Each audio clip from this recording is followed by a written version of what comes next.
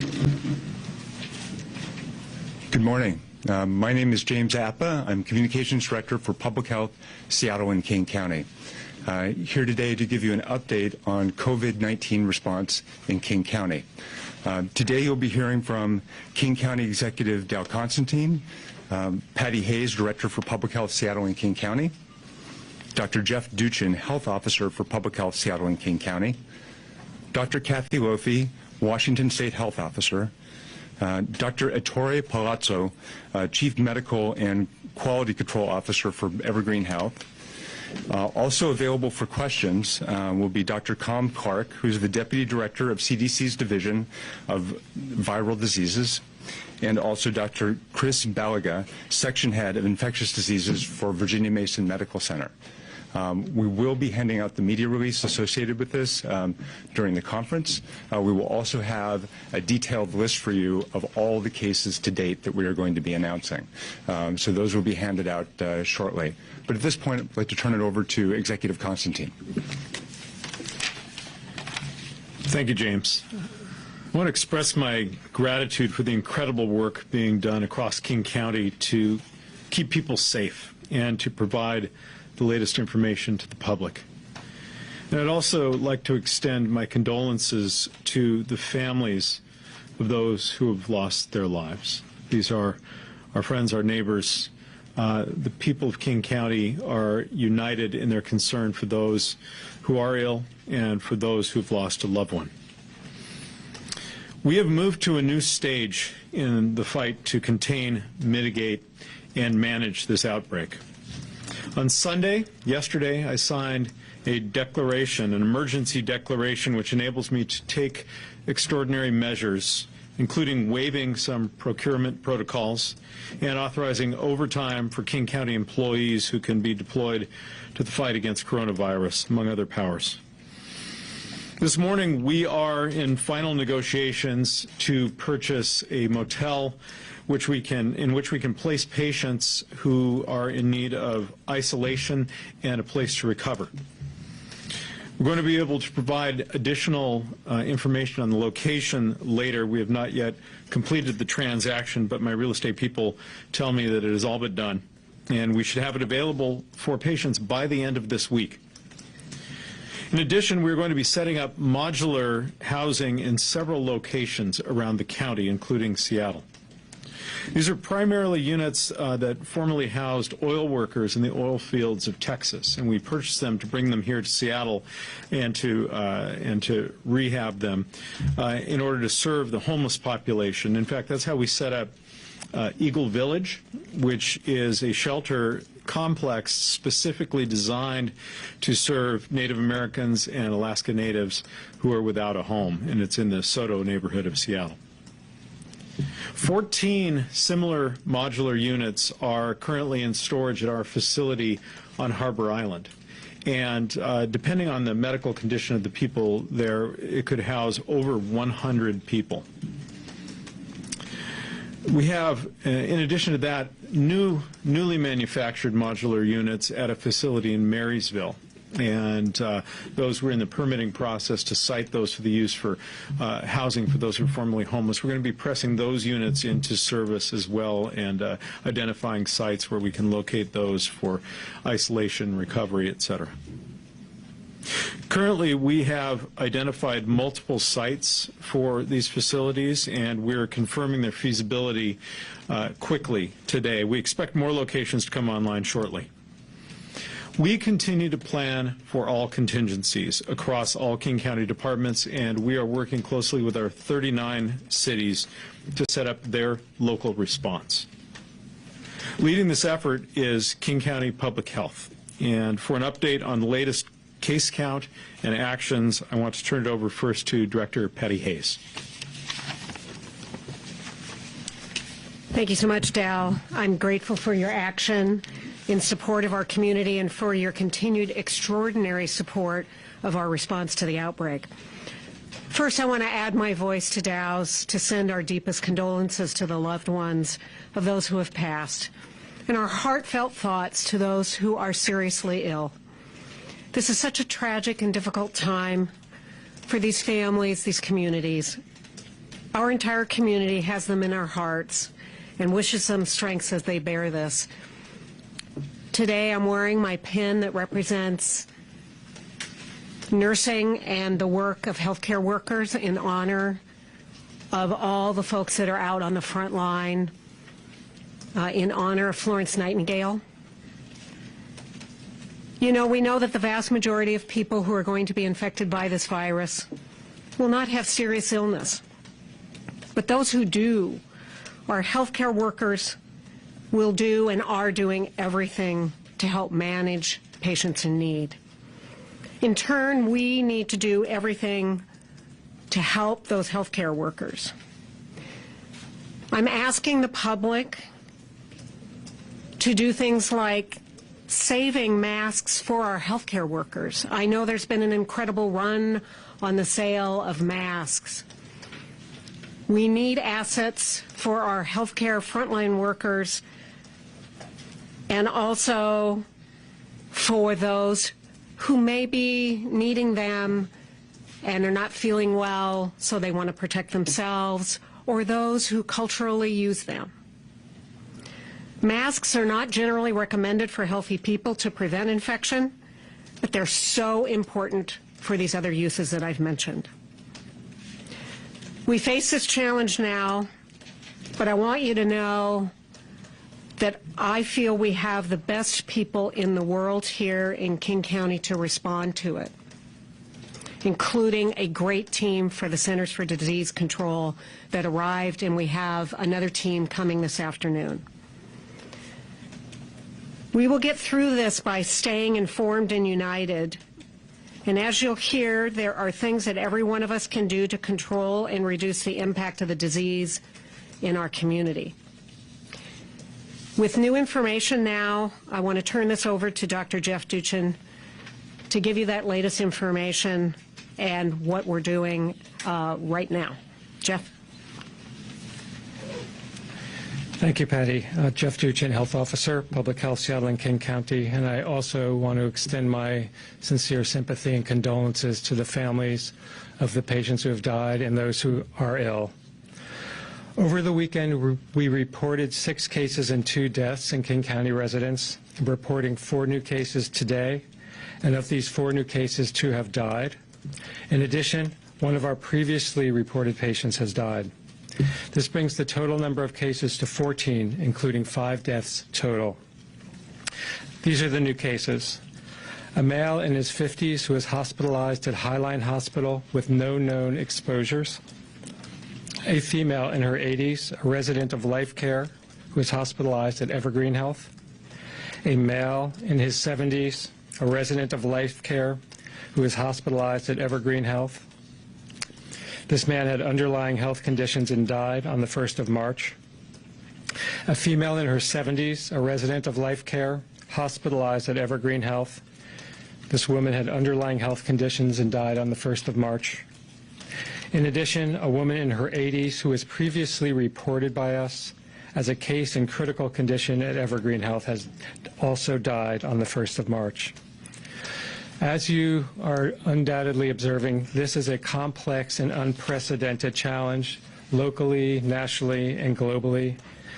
I'm very grateful to what our frontline healthcare providers are doing to treat these patients and the number of patients that we know they will continue to see over the coming weeks and months. I'm also grateful to our colleagues at Washington State Department of Health and from the U.S. Centers for Disease Control and Prevention. A team arrived last night. We have now 17 CDC members here helping us with infection control, epidemiology, contact tracing, and understanding the impact of the early stages of this outbreak in our community so that we can plan for the days and weeks and months ahead. Now, it's very important for everyone to remember that the vast majority of people who are infected with COVID-19 have a mild or moderate disease and do not need hospitalizations. On the other hand, it's obvious from what we've just discussed that this infection can cause very serious disease in people, particularly people who are older and have underlying health conditions.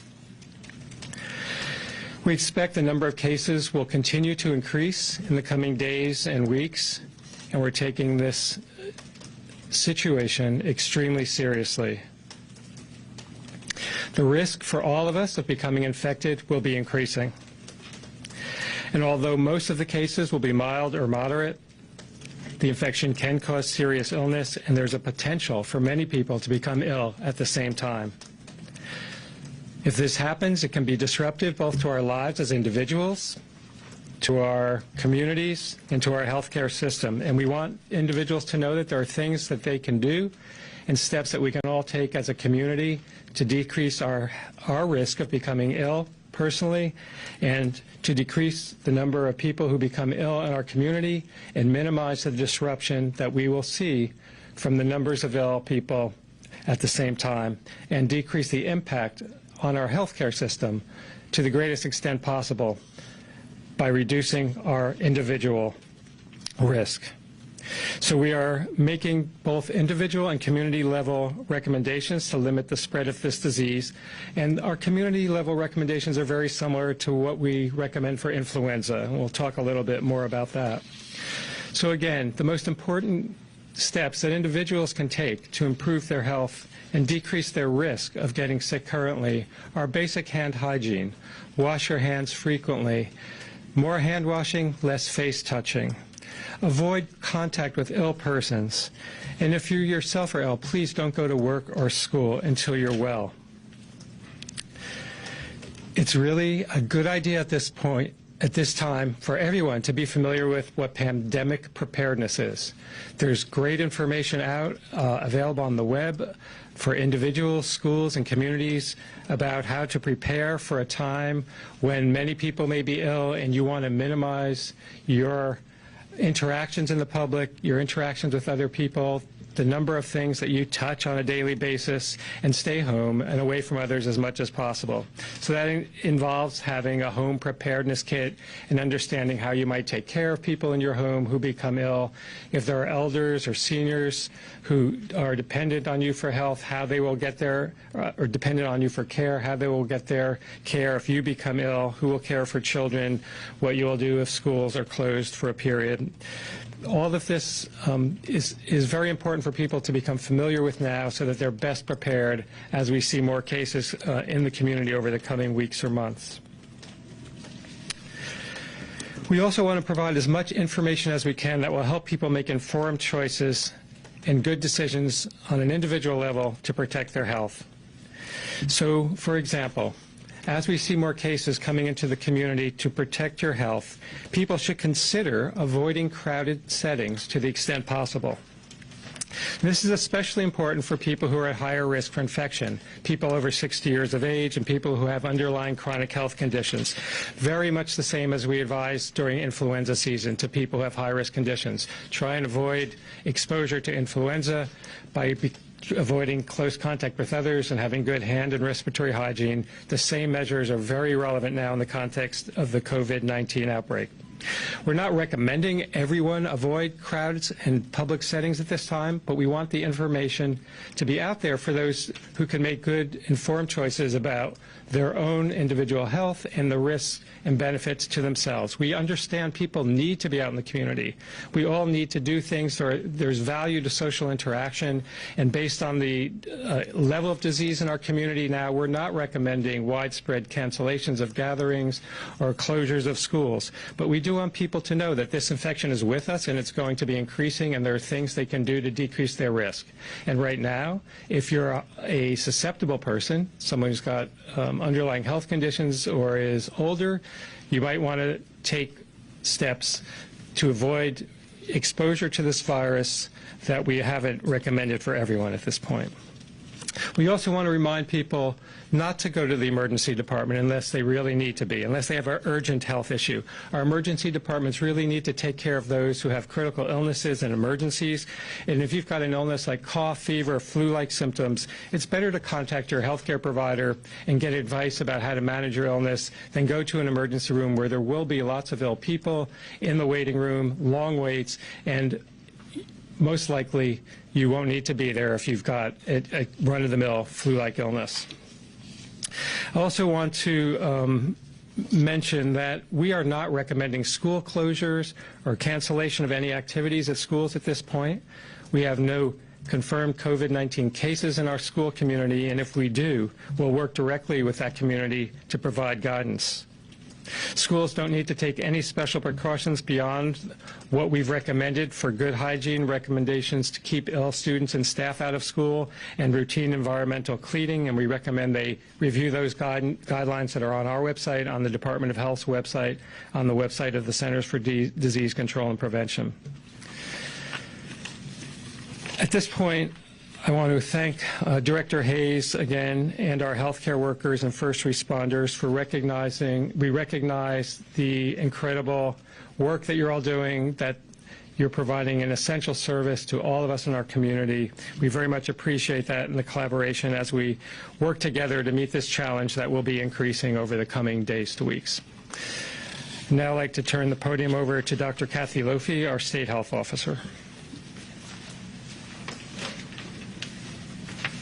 Well, thank you, Dr. Duchin, and good morning, everyone. My name is Dr. Kathy Lofi. I am the State Health Officer at the Washington State Department of Health, and I want to give you a little bit of an update on the statewide situation.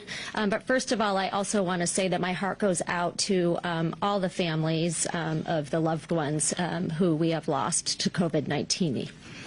Unfortunately, we are now starting to find more COVID-19 cases in Washington that appear to be acquired locally here in Washington. And we now know that the virus is actively spreading in some communities here in Washington. We currently have 18 COVID cases that have been identified here in Washington. King County has had 14 cases, including 5 deaths, and Snohomish County has had 4 cases. At this time, we have not detected COVID-19 cases outside of King and Snohomish counties, but given the movement of people around our state, it is possible the virus is spreading in other counties too. We've been working really hard to increase our testing capacity at the public health laboratories. Our state public health laboratory now has the capacity to test about 200 specimens a day, and we are keeping up with these requests.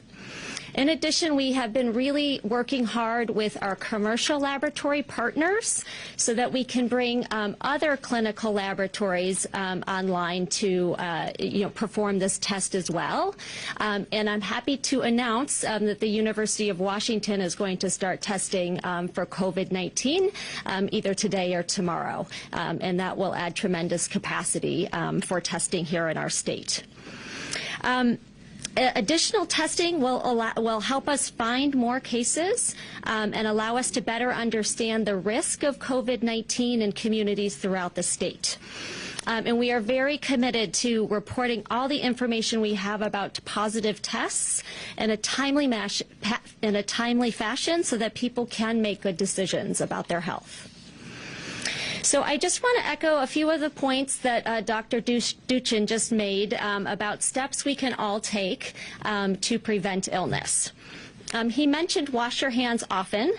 You can also carry an alcohol-based hand sanitizer around in case soap and water is not available. And I now do carry alcohol hand sanitizer with me. I also wanted to just talk a little bit about avoiding touching your eyes, nose, and mouth with hands that are not clean. This is really hard to do.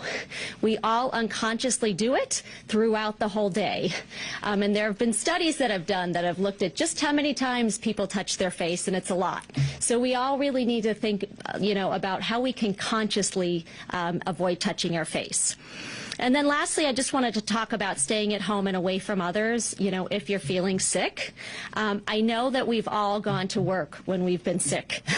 And we all feel responsible to our work colleagues, and we want to be a committed member of our work team. And some people, it may be very difficult to take time away from work, but we need to do all we can to protect each other at this time. In addition, as Dr. Duchin mentioned, if people want to further reduce their risk of COVID-19, they can consider avoiding crowded settings, particularly people who are older and people who have chronic health conditions. So we understand the concern that people are feeling about the situation here in Washington. All of us want to ensure ourselves and our loved ones are safe and protected. I want to expand a little bit around preparedness. Dr. Duchin talked about the need for us all to be prepared. Some simple things you can do now is make sure that you have food and basic supplies like medicine at home, like the same kinds of things that we would recommend that people keep in stock in case of other emergencies, like a power outage or an earthquake. Think about what you might need to do to make alternate plans for childcare. Talk to your employer about options for sick leave and telework. We have a lot of technology now, and now's the time to be able to take advantage of some of that technology if your work allows it. As the situation continues, local health authorities may make recommendations to cancel community events or close schools, but individuals still need to make personal decisions. We're committed to sharing really accurate, timely information, as I said, so continue to watch the Department of Health website for more information about testing results. And I'll also just reiterate that it's important to remember that most people with COVID-19 have mild illness, but as we are now acutely aware, a small portion will have very severe illness, and that is why we are working so hard to try to decrease the spread of this virus here in Washington. And with that, I'm going to introduce Dr. Palazzo.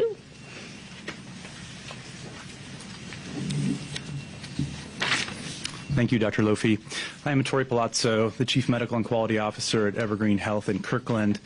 A lot has happened in the last 72 hours since we learned of our first positive case of COVID-19.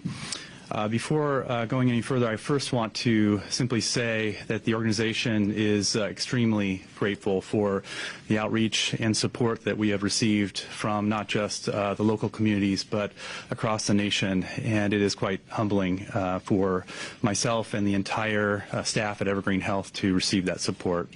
I also want to thank the Washington State Department of Health, our colleagues here at King County, Seattle Public Health for all the support, and of course the CDC as they help us and guide us on this journey.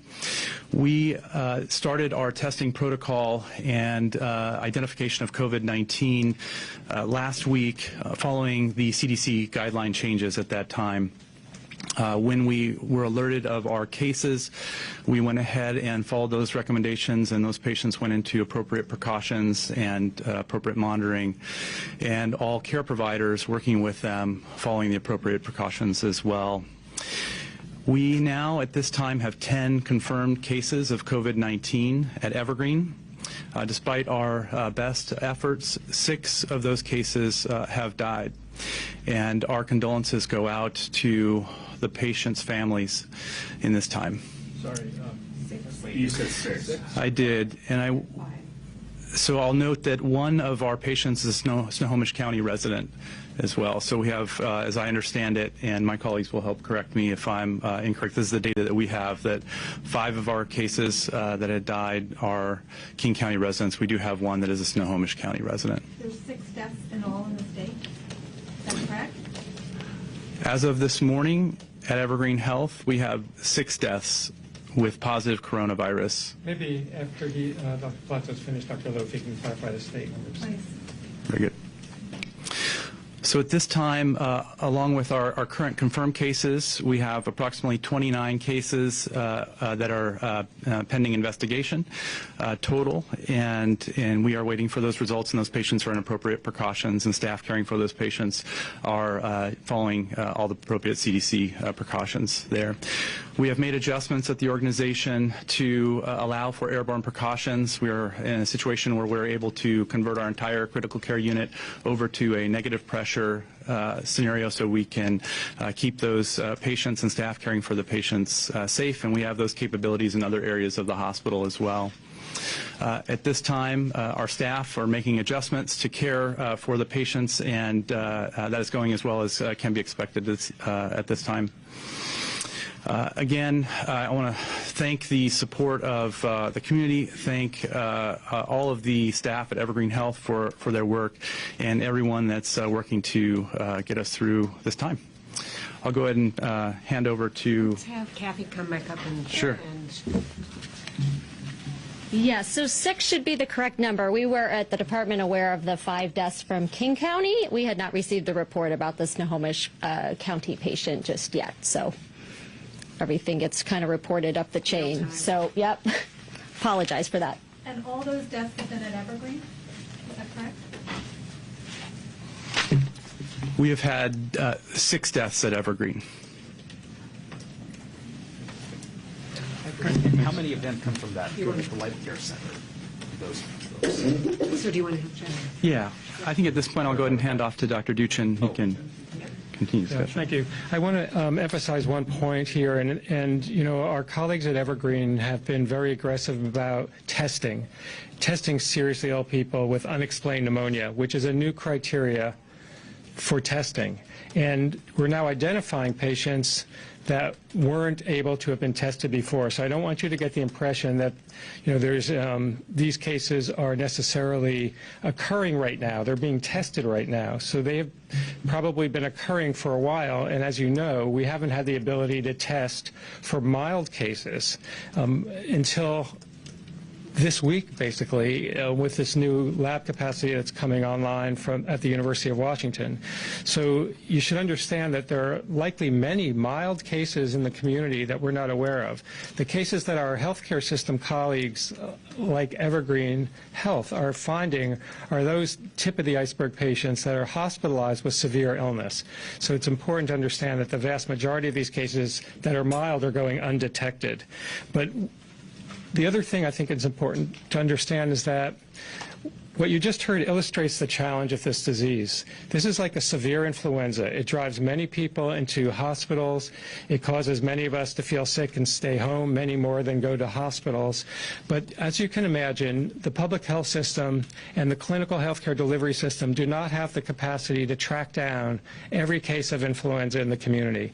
And we're going to be probably, my guess, seeing more cases of coronavirus than we see of influenza over the coming weeks to months. So at some point, we're going to be shifting our approach from counting every case to focusing on outbreaks, perhaps cases that occur in hospitals, and we won't be able to do the kind of individual case follow-up and case management that we're doing early on during this so-called containment phase of the epidemic. And we are still trying to contain to the greatest extent possible. But at the same time, we're pivoting towards a more community-based approach, very similar to what we use for influenza epidemics, where we give people and schools and businesses good advice on how to protect themselves, how to minimize illness in their students, staff, how to minimize risk at work, and we understand that people still need to carry on with their lives, just like we do during influenza season.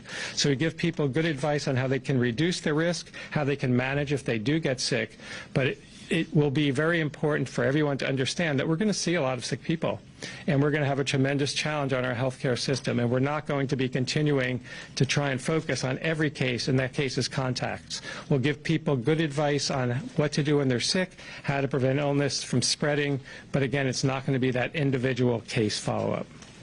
Just I wanted you to understand that's where we're headed. Dow, did you want to make additional comments? No, I'm just going to ask for questions. So, Jeff, stay close. We're going to open it for questions. I just want to make note of a couple things. I wanted to thank Councilmember Reagan Dunn for being here in support today. I've received your strong messages of support and solidarity in our efforts, and I appreciate it. I also received a call from Senator Patty Murray this morning expressing her support, seeking information about how she can further help. And she is busy fighting to ensure that federal funding includes funding for local agencies and this local response, as well as that money directed by the federal government is able to go to hotspots around the country. She's very much in tune with this and very personally engaged, as she's from communities nearby here originally and has family members across many of the areas affected.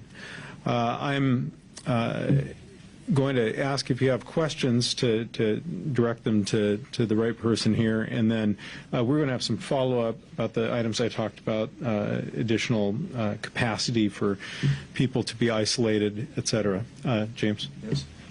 Before we go to questions, we're now going to hand out the release and the individual with the list of the individual cases, so we can answer your questions around that.